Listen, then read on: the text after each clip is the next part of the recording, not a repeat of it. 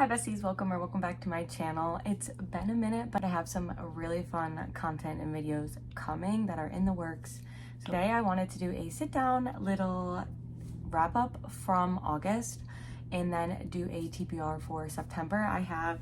I'm on brand for this video. I have my little Halloween shirt on, getting ready for the fall. I do live in Florida, so it doesn't feel like fall for a little bit, but I still want to celebrate. I still want to participate. First we'll do my wrap up. My reading was all over the place this month. I had some 5-star reads and then I had some DNFs. So to get the one DNF out of the way this month, I had Pretty Little Wife. I DNF'd this about 20% in. It was like 100 pages in. I just had no connection to the female main character and the female main characters who you follow throughout this book. And then the whole plot line of what was going on, I was not interested in, and I felt like 100 pages in, 20% into a thriller is usually when I can gauge like, okay, this one's gonna be good.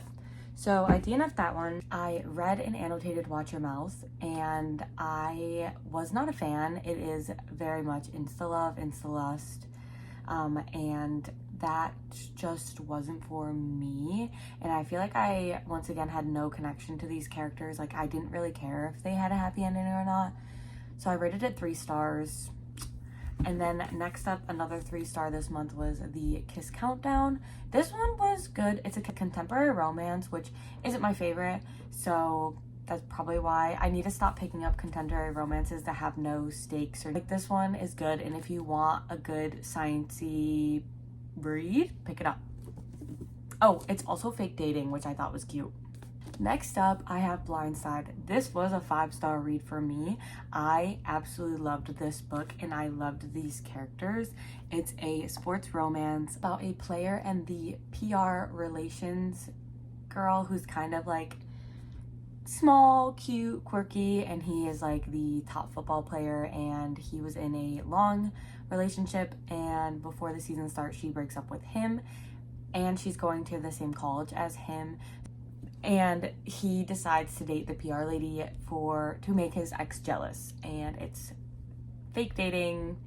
Obviously they fall in love, but it's very good and I very much enjoyed it. And if you're looking for like a sports romance with some fake dating, I would highly recommend this one. Next up, I have A Dawn of Onyx. I rated this one 4.5 stars.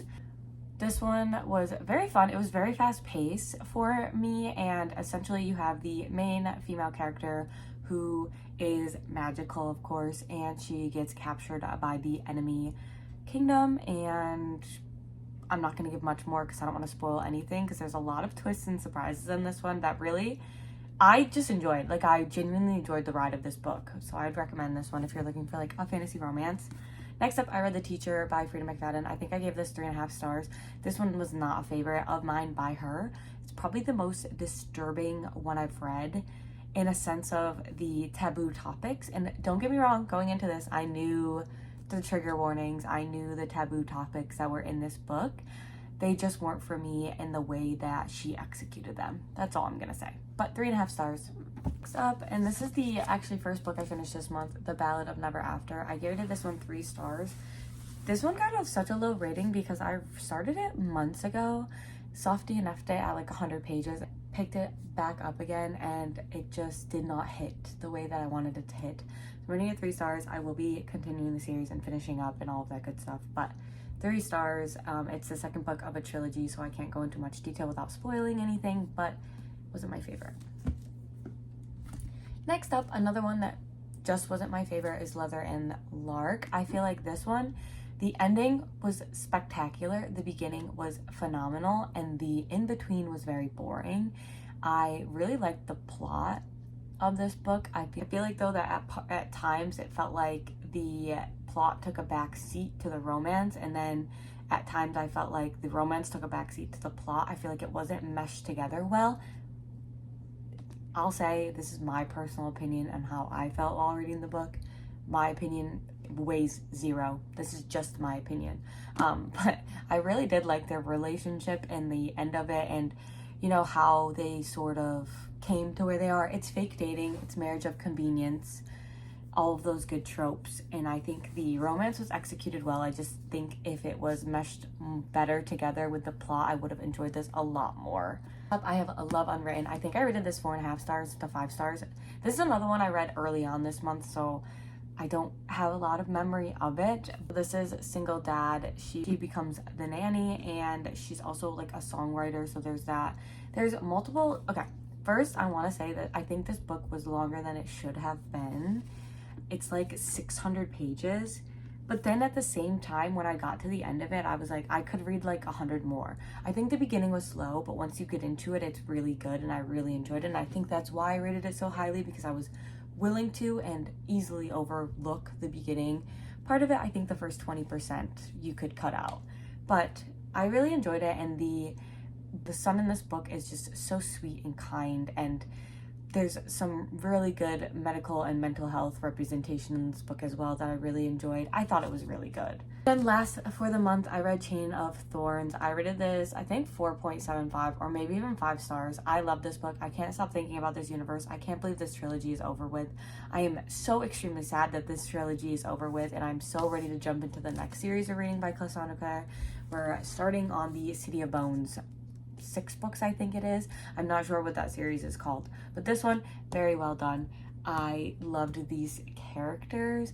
James and Cordelia, I love them. Lucy and Jesse, I just love both of them.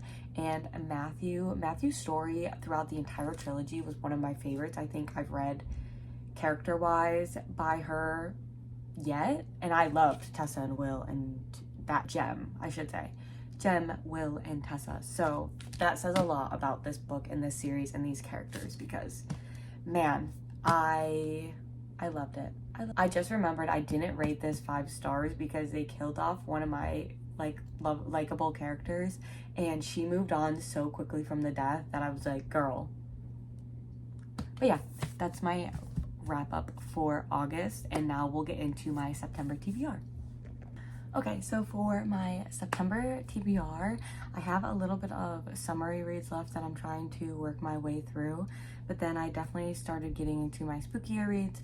I love the fall winter time reads because I feel like that's when I'm in the most mood for like fantasies, thrillers, and just like the whole dark romance type of genre. And there is a lot of summary books on my TBR still.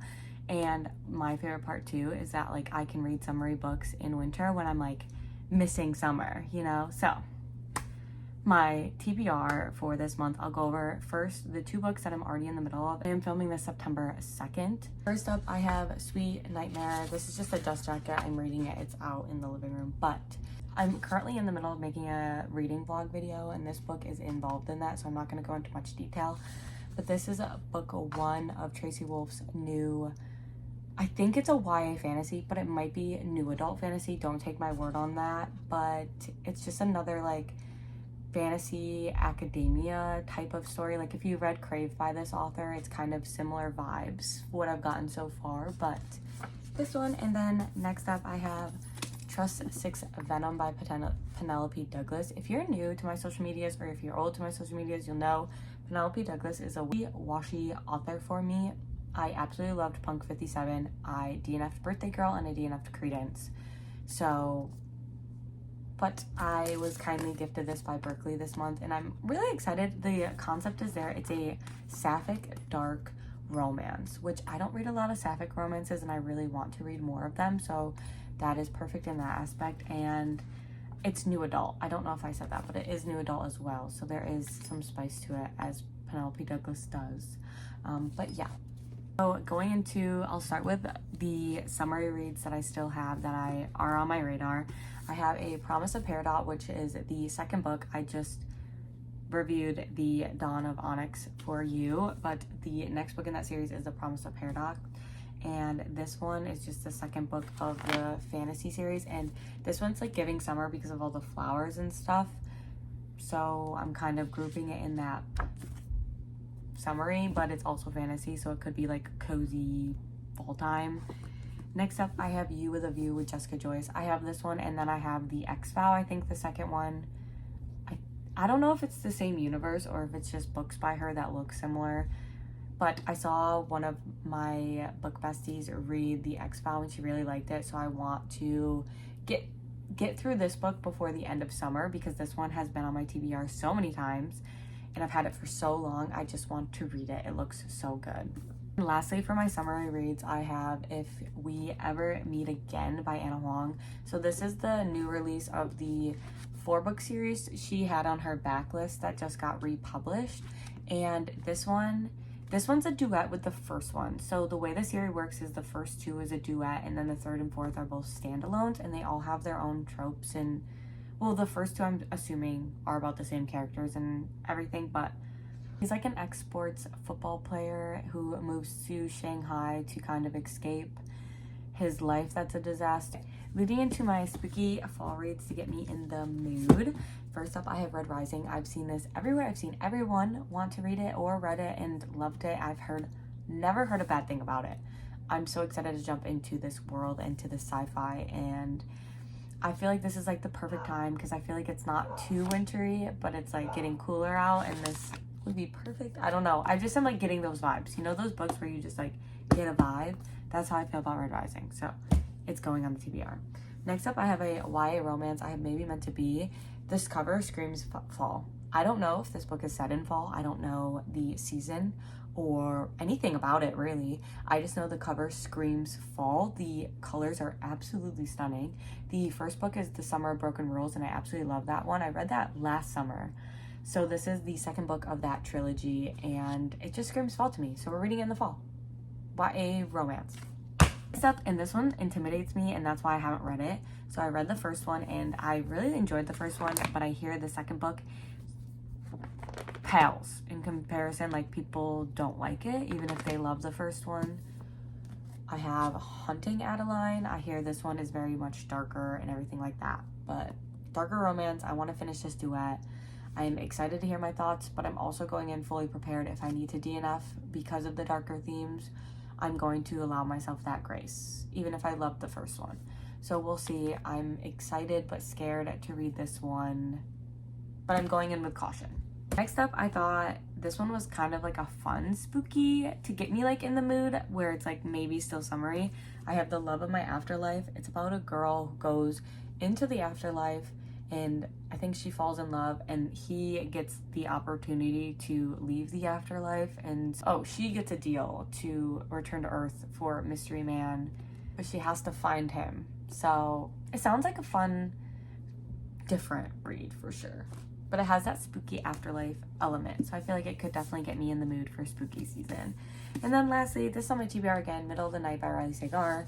I have been not putting this off, but I've just been like putting it second, and I need to put it first, and I need to read it, and it's spooky. What more could I want? I'm super excited about this one. I've talked about this one in videos before, so I'm not going to go into much detail, but yeah, spooky season. But that's it for my TBR. I have some specific videos coming this month, so that's why the TBR wasn't as extensive as it could be. But definitely for my October TBR, it's going to be more spooky reads, more Halloween, more on brand, if that makes sense. But yeah, thank you guys so much for watching. Make sure you like, comment what spooky reads you're reading this September, October. Maybe give me some ideas for October, because I don't have too many spooky reads on my TBR. I plan on getting more this month. So comment what you're reading. But yeah.